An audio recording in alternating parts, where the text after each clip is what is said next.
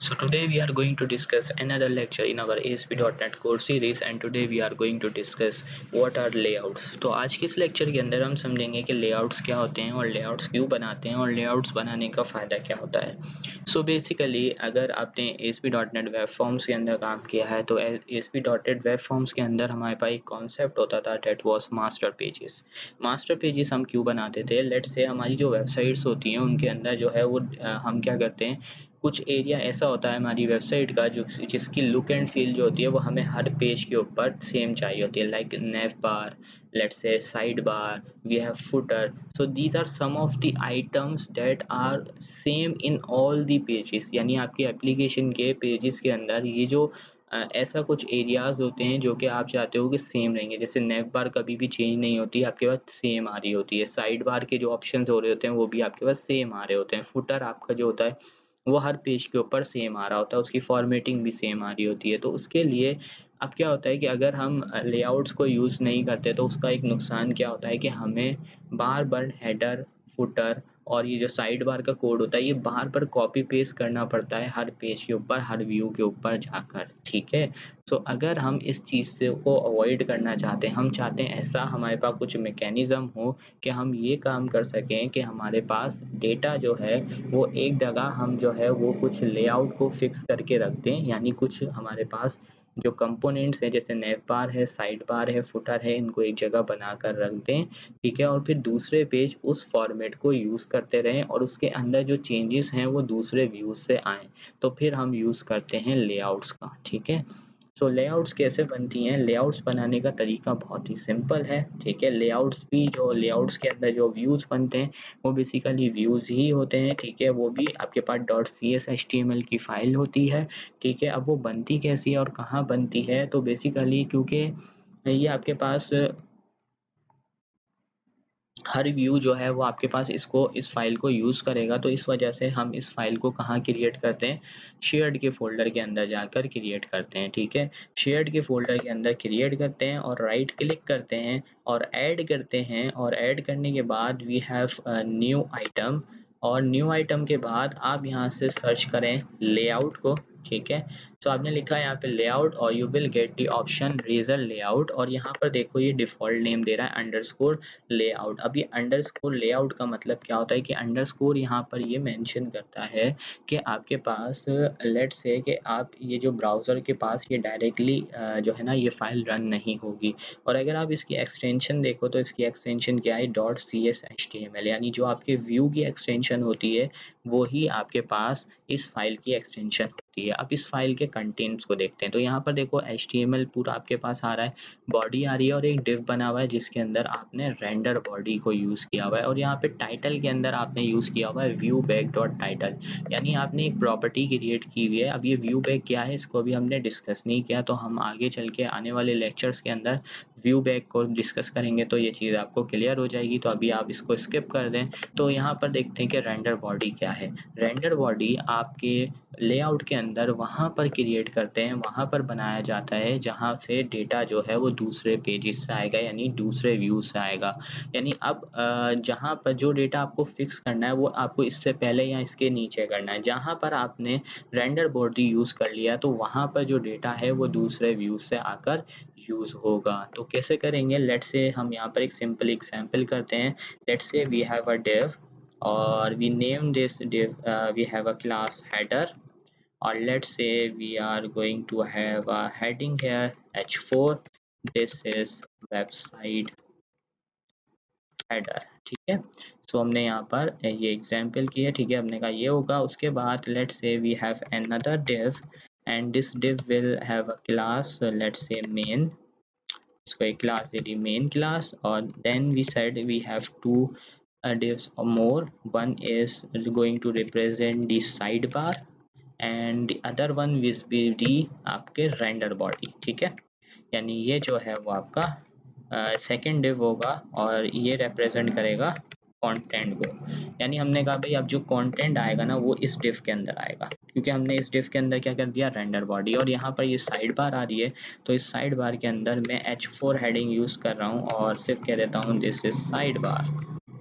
ठीक है, सो उसके बाद लेट्स से हमने कहा भाई आखिर में एक और डिव होगा जिसके अंदर हमारे पास होगा फुटर। क्या होगा? फुटर होगा, और फुटर के अंदर हम लिख देते हैं कॉपीराइट बाय एके सब। ठीक है, और इसको एक हम क्लास दे देते हैं फुटर की। लेट्स नेम दिस फुटर, और रन करते हैं और यहाँ पर आते हैं, और अब यहाँ पर कुछ CSS स्टाइलिंग दे देते हैं। तो यहाँ से मैंने स्टाइल्स लगा दिए। Let's say we have header, and header के ऊपर हमने बोल दिया इसकी जो विड्थ है, विड्थ विल बी 100%। विड्थ इसकी हमने कर दी 100%, और let's give it height. let's say we pass 200 pixel. Let's use the border, let's say 2 pixels। Colour कर देते हैं इसको ब्लैक और सॉलिड। ठीक है, तो हमने ये प्रॉपर्टीज इस पे लगा दी। Then we have another div that is going to represent the main area, यानी जो हमारे पास सेकंड डिव है। इसको कॉपी किया और ये मैंने यहाँ पर पेस्ट कर दिया। ये भी 100% विड्थ लेगा, हाइट लेगा 200 पिक्सल्स। कितनी हाइट ले रहा है ये? 200 पिक्सल से। तो मैंने इसको हाइट इसकी कर दी यहाँ पर 500 पिक्सल्स, और इस पे कलर दे देते हैं, लेट्स से इस पे भी 2 पिक्सल्स, और इस पे दे देते हैं green colour. Then we have another div that is going to represent the sidebar। so sidebar के अंदर भी हम यही कोड कर रहे हैं, और इसकी जो width है वो मैं कर देता हूँ 30, let's say 40%। यानी ये वाला जो मेन एरिया है इसका जो 40% है वो आपका साइड बार ले लेगा। इसकी हाइट जो है वो 500, हम हाइट को कर देते हैं इनहेरिट, यानी पेरेंट से इनहेरिट करवा देते हैं। और यहाँ पर इसका बॉर्डर कर देते हैं, ब्लैक था तो इसका बॉर्डर कर देते हैं रेड, और इसका ग्रीन था तो यहाँ पर हम सॉलिड लिख देते हैं। ठीक है, और इसी तरह से यहाँ पर एक प्रॉपर्टी यूज़ करेंगे फ्लोट। ठीक है, ताकि ये जो है वो एक साथ आ जाए। तो लेफ्ट कर देते हैं, float left. Then we have another side bar के बाद हमारे पास है कंटेंट, और कंटेंट के अंदर भी हम ये सेम यहाँ पर रख देते हैं। चलो मैं इसी को कॉपी कर लेता हूँ, और कॉपी करके मैं इसको पेस्ट करता हूँ, और इसको हम बोल देते हैं कि ये लेगा आपके पास let's say 58% of the with और इनहेरिट, और यहाँ पर हम बोल देते हैं इसको ऑरेंज। ठीक है, सॉलिड, और यहाँ पे फ्लोट लेफ्ट, और लास्ट हमारे पास बचा है फुटर। और फुटर के बाद फुटर पे हम सिंपली यही लगा देते हैं कॉपी एंड पेस्ट दिस, और इसको कर देते हैं 100%, और हाइट इसकी कर देते हैं ऑटो, और यहाँ पर आकर मुझे इसको देना था 58, ऑटो कर देते हैं, और इसको कलर दे देते हैं लेट्स ग्रे। ठीक है, तो ये हमने अपना लेआउट पेज यहाँ पर बना लिया है। अब इस लेआउट पेज को कैसे यूज़ किया जाए? अभी तो ये आप देख सकते हो कि मेरे पास टेस्ट कंट्रोलर था, और टेस्ट कंट्रोलर के अंदर हमारे पास एक अबाउट का व्यू है। ठीक है, तो अबाउट के व्यू के अंदर अभी आपके पास क्या आ रहा है? अभी आपने लिखा हुआ है this is about us page. अब आप चाहते हो कि भाई ये जो अबाउट अस का पेज है ना, ये आपके पास लेआउट को यूज़ करे। तो अभी अगर मैं इसको रन करूँगा तो ये लेआउट को यूज़ नहीं करेगा। तो अब अगर हमें क्या करना है, हमें ये स्पेसिफिकली डिफाइन करना है कि ये वाला जो आपके पास पेज है, यानी आपका जो अबाउट का पेज है, वो किसको यूज़ करे? इस पेज को, यानी इसको यूज़ करे। तो फिर आपको क्या करना पड़ेगा, तो उसको भी देखते हैं। तो लेट्स से मैं यहाँ से अबाउट के पेज को रन करता हूँ। तो आप देखो अभी हमारे पास this is about us page लिखा हुआ आ रहा है। ठीक है, तो अब मुझे क्या करना है, अब मुझे इस पेज के ऊपर लेआउट को यूज़ करना है। तो लेआउट को यूज़ करने के लिए what I have to do, I have to use a property that is layout.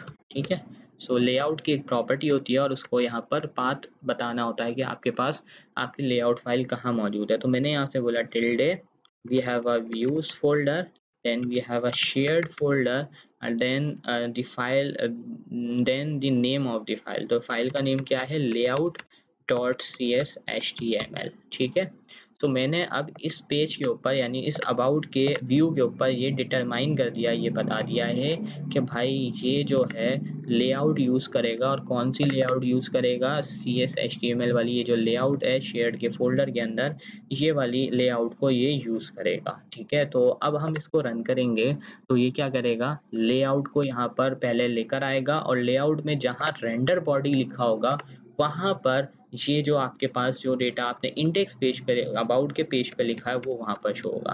तो अब देखो, अब यहाँ पर आप नोटिस करो, तो यहाँ पर ये देखो, ये एरिया साइड बार का ये हेडर आ रहा है, ये आपका साइड बार आ गया, और यहाँ पर ये आपका अबाउट अस का पेज आ गया। ये अबाउट अस कहाँ से आ रहा है, ये अबाउट अस आपके, अब आप यहाँ पर एक चीज़ नोटिस करो कि ये जो वेबसाइट का हेडर है ये फिक्स है, साइड बार फिक्स है, और ये आपके पास फुटर जो है यहाँ पर फिक्स है, और ये आपके पास क्या आ रहा है, अबाउट अस लिखा हुआ आ रहा है। अब ये अबाउट अस कहाँ से आ रहा है, ये अबाउट अस के पेज से आ रहा है। तो लेट से मैं यहाँ पर आता हूँ कि एक तरीका तो ये है कि हम इस तरह से लेआउट्स क्रिएट कर सकते हैं, और लेआउट्स क्रिएट कर सकते हैं और लेआउट को यूज़ कर सकते हैं। इसके अलावा एक और तरीका ये होता है, लेट से you have make an other action result, let's say you have a contact page, ठीक है, और ये भी आपके पास एक व्यू रिटर्न करता है। और अब एक तरीका तो ये था कि आप इस तरह से कर लें, या फिर आप क्या करते हैं, आप जब ऐड करवाते हैं व्यू को तो यहाँ पर आपके पास ऑप्शन आता है यूज़ अ लेआउट पेज। क्या ऑप्शन आता है, यूज़ अ लेआउट पेज। आप इस पर क्लिक कर देंगे, और अगर कोई स्पेसिफाई नहीं करेंगे लेआउट पेज तो ये ऑटोमेटिकली एक लेआउट पेज क्रिएट कर देगा। लेकिन अगर आपने लेआउट पेज बनाया हुआ है, ठीक है, तो आप यहाँ से सिलेक्ट करके डिफाइन कर देंगे लेआउट, ठीक है, ओके कर देंगे। तो अब ये ऑटोमेटिकली जब ये पेज बना कर देगा आपको, व्यू बना कर देगा, तो उसके अंदर लेआउट पेज ऑलरेडी यहाँ पर ऐड हुआ हुआ होगा। तो देखें मैंने ऐसे ही ऐड किया यहाँ पर। तो अब आप इस चीज़ को देखिएगा कि हमारे पास पहले से यहाँ पर लेआउट जो है वो पहले से ऐड होकर आ जाएगी। देखिए यहाँ पर क्या हो रहा है आपके पास, यहाँ पर आप देख सकते हो लेआउट पहले से बनकर आ गई है, ठीक है। लेआउट यहाँ से ऐड हुई हुई है, यानी ये प्रॉपर्टी ऐड हुई हुई है, और यहाँ पर लिखा हुआ आ रहा है H1 कॉन्टेक्ट, और आपने यहाँ पर हो सकता है कोई पी टैग के अंदर भी टैग लिख कुछ डेटा लिखा हुआ हो, ठीक है।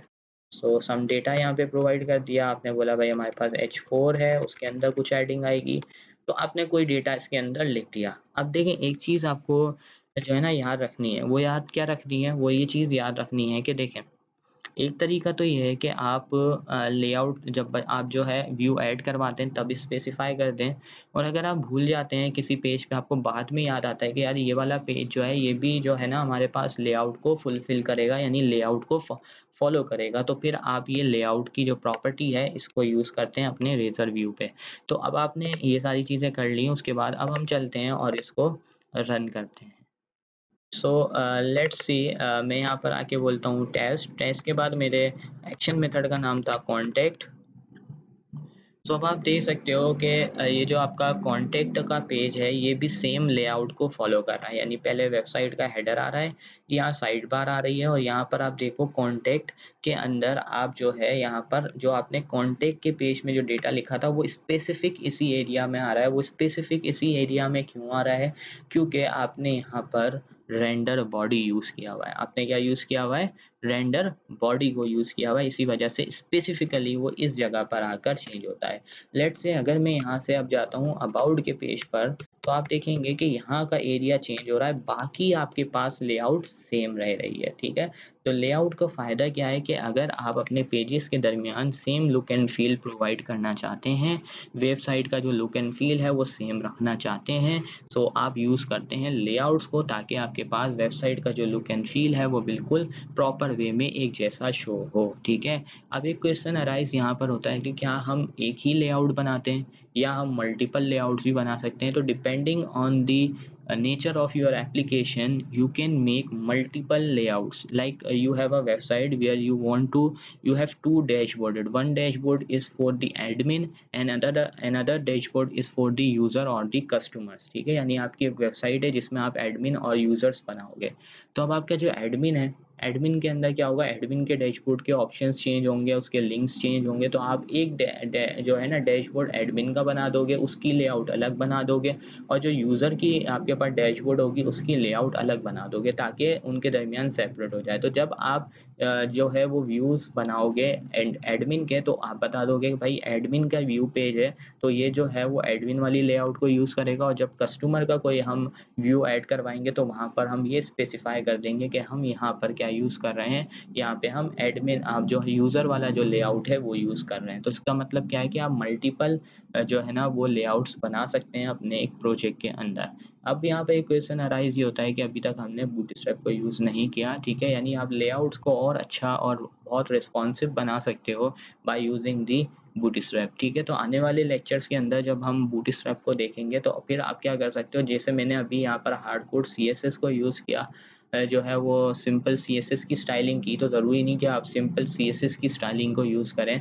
आप जो लेआउट रिस्पॉन्सिव क्रिएट करना चाहते हैं तो आप उधर बूटस्ट्रैप को भी यूज़ कर सकेंगे। तो बूटस्ट्रैप को कैसे यूज़ करेंगे वो भी मैं आपको सिखाऊंगा, ठीक है। तो आज के इस लेक्चर में इतना ही, इंशाल्लाह नेक्स्ट वीडियो में एक नया टॉपिक डिस्कस करेंगे। तो तब तक के लिए अल्लाह।